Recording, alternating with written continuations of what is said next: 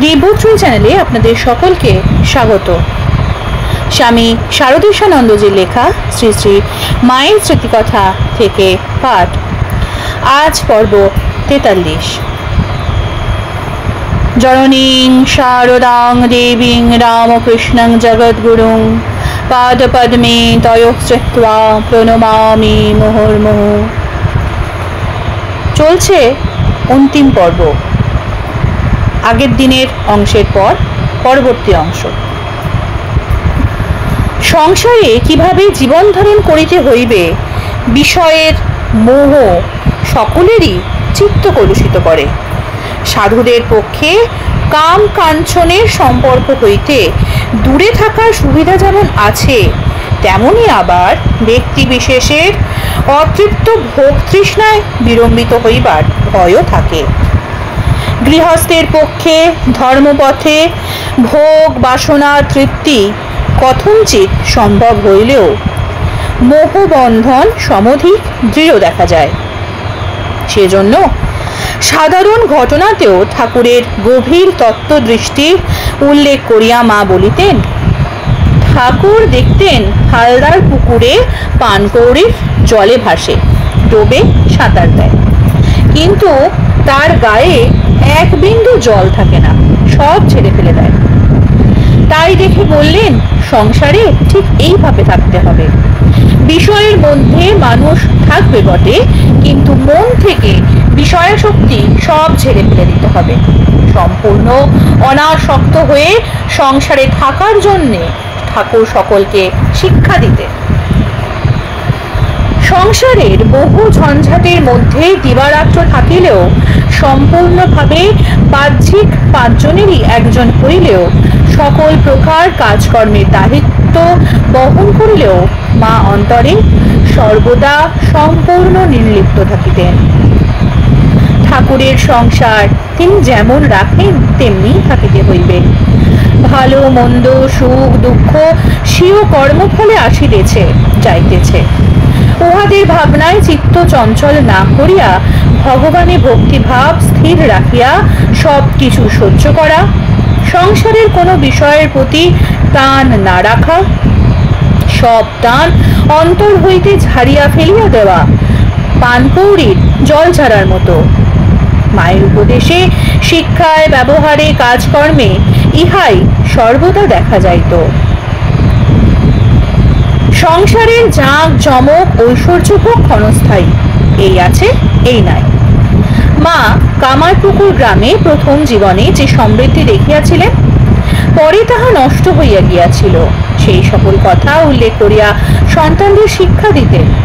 কামারপুকুরে ঠাকুর বাড়ির উত্তর পার্শ্বে অবস্থিত যুগীদের সম্বন্ধে বলিতেন, ওই যুগীদের বাড়িতে কত লোকজন, কিরকম সুখ সমৃদ্ধি ছিল, এখন দেখো সব শেষ।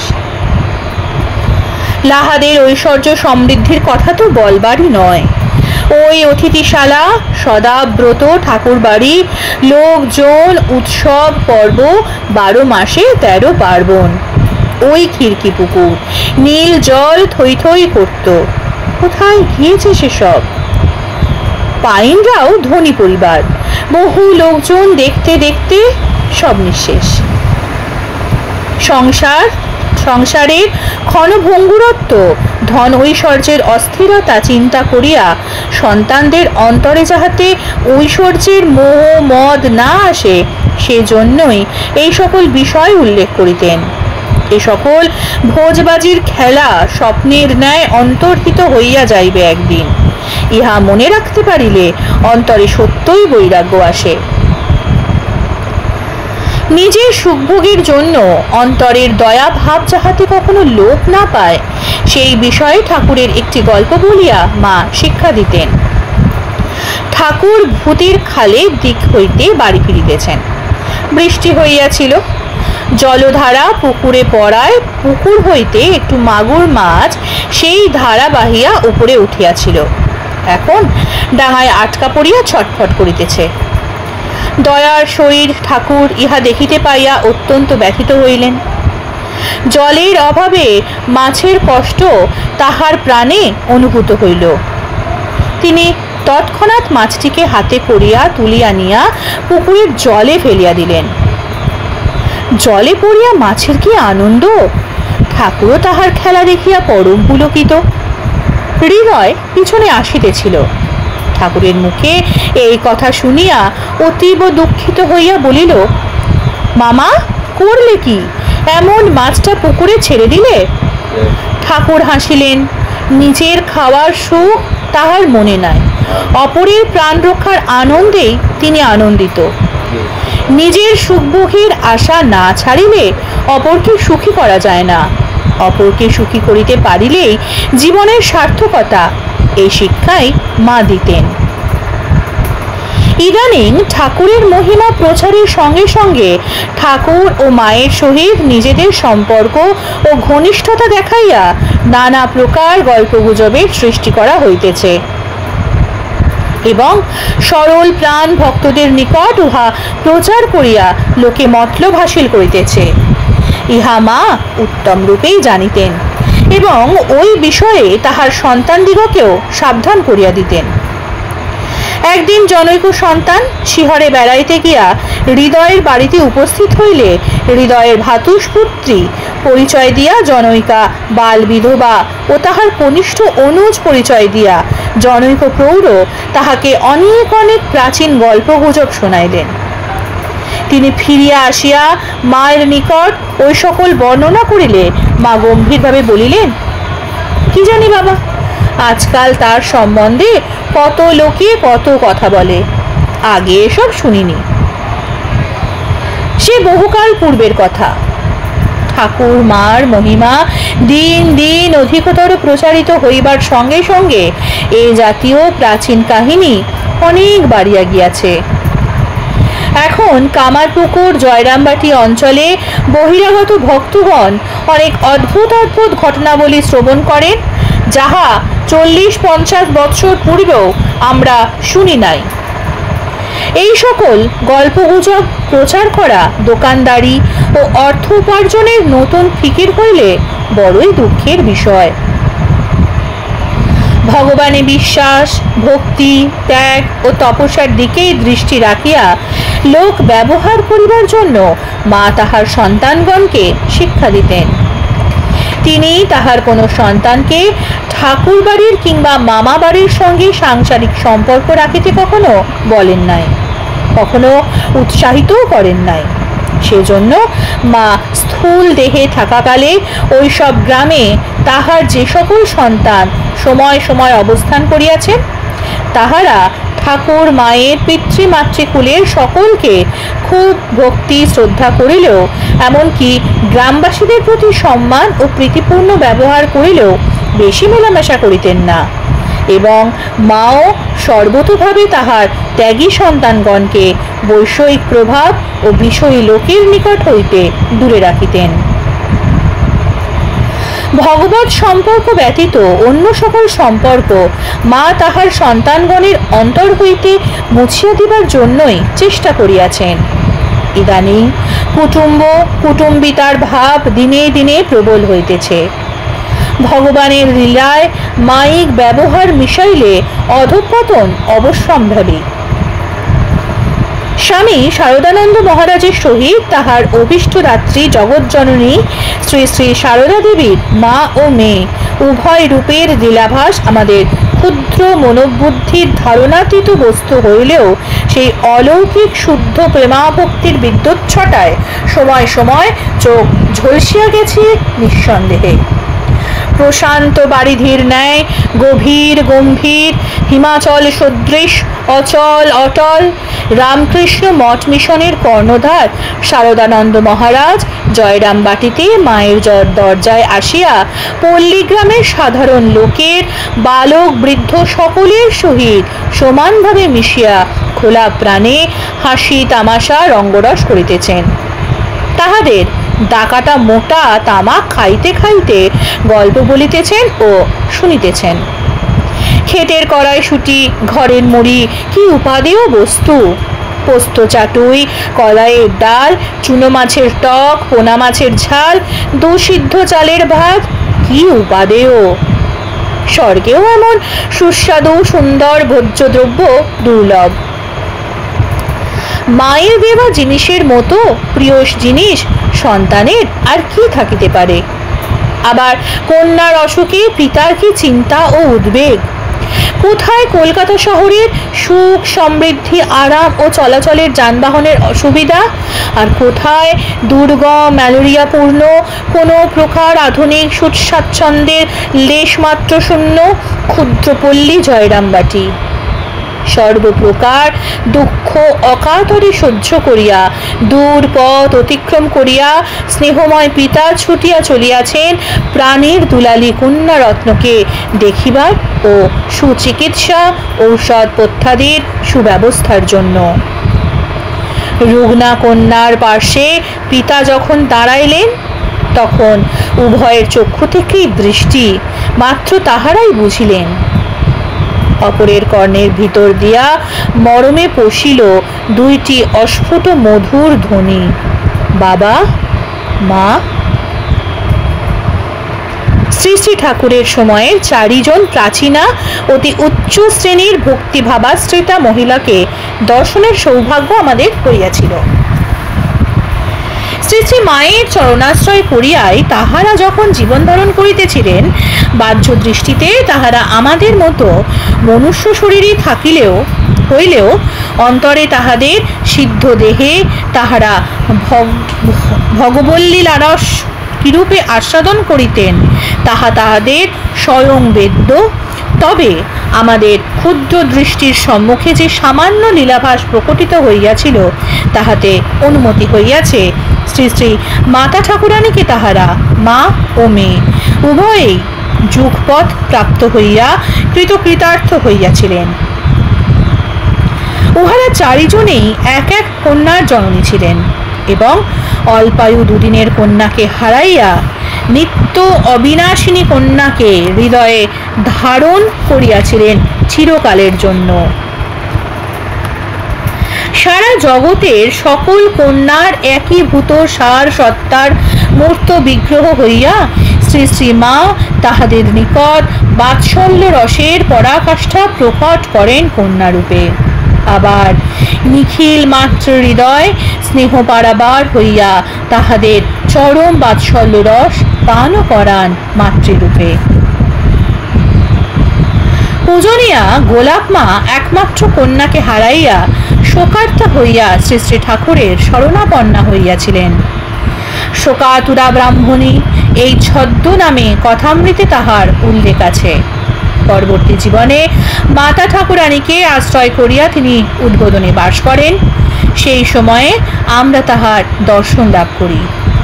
সাক্ষাৎ জগদম্বা জ্ঞানে মাতা ঠাকুরানীকে তিনি যেমন শ্রদ্ধা ভক্তি করিতেন, তেমনি তাহাকে সাক্ষাৎ স্বীয় তনয়া রূপেও দেখিয়া হৃদয়ের সমস্ত স্নেহ মমতা ঢালিয়া দিয়া দিবারাত্র সেবা শুশ্রূষা ও লালন পালনে সচেষ্ট থাকিতেন। পূজনীয়া যোগেন মার কথাও কথামৃতে আছে। যেদিন ঠাকুর গোলাপ মার বাড়িতে শুভ পদার্পণ করেন, সেই দিন গনুর মার গৃহেও শুভাগমন করিয়া উহা পবিত্র করেন। যোগেন মা ছিলেন তন্ত্রসমূহের সার সংগ্রহ প্রাণতোষিণীর প্রকাশক প্রাণকৃষ্ণ বিশ্বাসের পুত্রবধূ। অতুল বৈভব নষ্ট হওয়ায় তিনি কষ্টে জীবনযাপন করিতেছিলেন।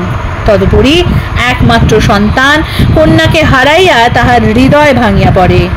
তখন সাক্ষাৎ জগদম্বা শ্রী শ্রী মা এই উচ্চ কোটির তান্ত্রিক সাধিকার সকল সাধনার সিদ্ধি ফল রূপে তাহার মা ও মেয়ে হইয়া সকল দুঃখের অবসান করেন।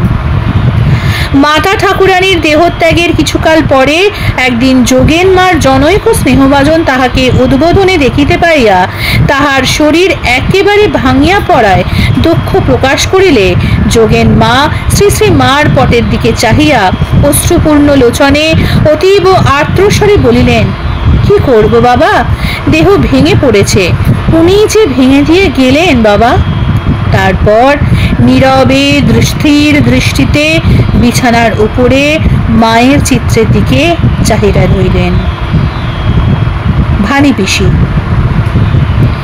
মায়ের পিত্রালয়ের নিকটেই তাহার জন্মস্থান।